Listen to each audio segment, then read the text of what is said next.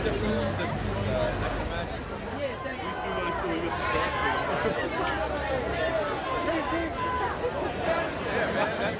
house isn't even there anymore. It's gone. It's gone.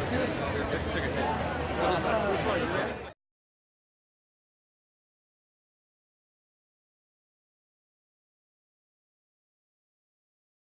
Nicholas does a formula, you know. It's unrequited love, and it's, you know, loss, and just that first one in a lifetime sort of loves. And so I don't think it's any different than all the rest of his novels in that way. But I think this is different in the way that it's present day, and it's dealing with issues that we all are dealing with right now. And I think that there's a lot of soldiers, and there's a lot of, you know, there's a lot of people in general that are affected every day by what's going on. And I think that it's a little more relatable maybe to guys than some of the other, you know, Nicholas Sparks films that have been adapted.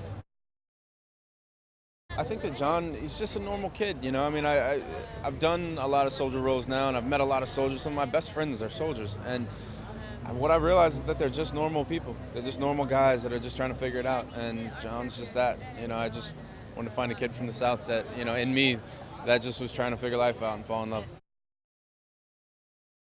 I think she's one of the most talented people I've ever met in my life. And she's perfect for this role. She's the most, like, perfect American sort of dream of a girl, for sure.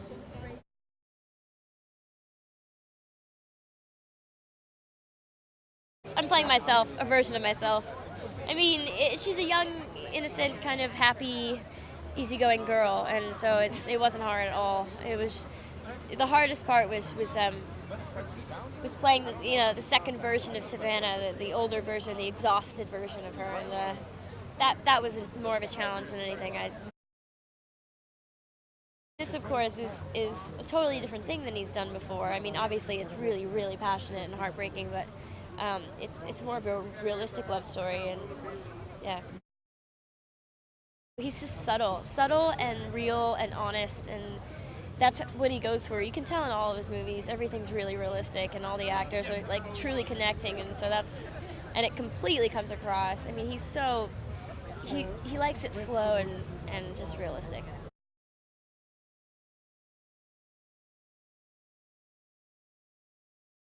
It was a little open-ended, you know. There was a lot of ways you could go with it, a lot of things you could do. The characters were defined, but at the same time, kind of, there was places to go. So I really liked that. He's very relaxed, very open. He has a very, it's a great atmosphere. He loves actors. He encourages actors. He kind of guides you gently. It's great.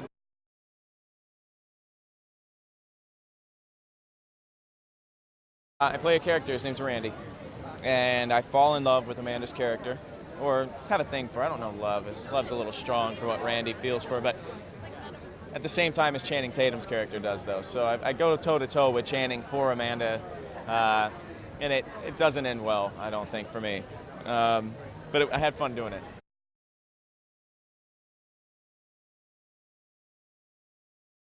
I think the chemistry was the fact that they shared a sense of humor. They had this offbeat, weird sense of humor that was at times hard to watch. But they really connected, I think, on that.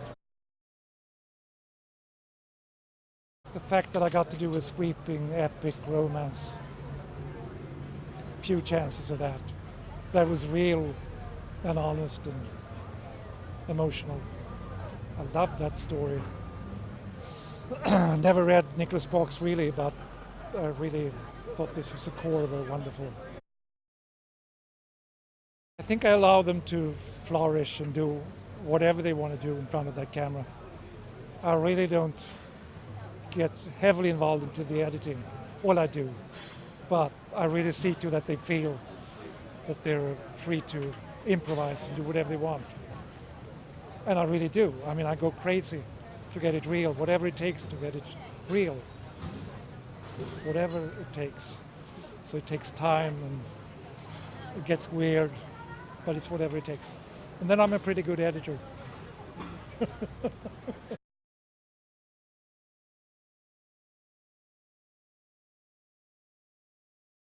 What I try to do is to be very conscious of what I've written in the past and then try not to do it again. So, for instance, when I'm writing about Dear John, that was the first time I'd ever written about a soldier, for instance. And for that one, I really wanted to do a bittersweet ending. I'd had some happy endings and tragic endings, so I wanted something very bittersweet.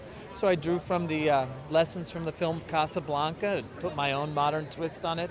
So in other words, ideas come from what I've done in the past and just ways to make it, think of ways what I haven't done so far, and let's try to do that.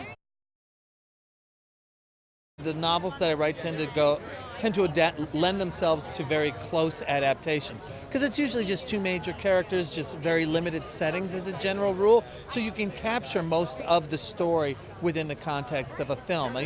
Other novels don't lend themselves to such an easy adaptation.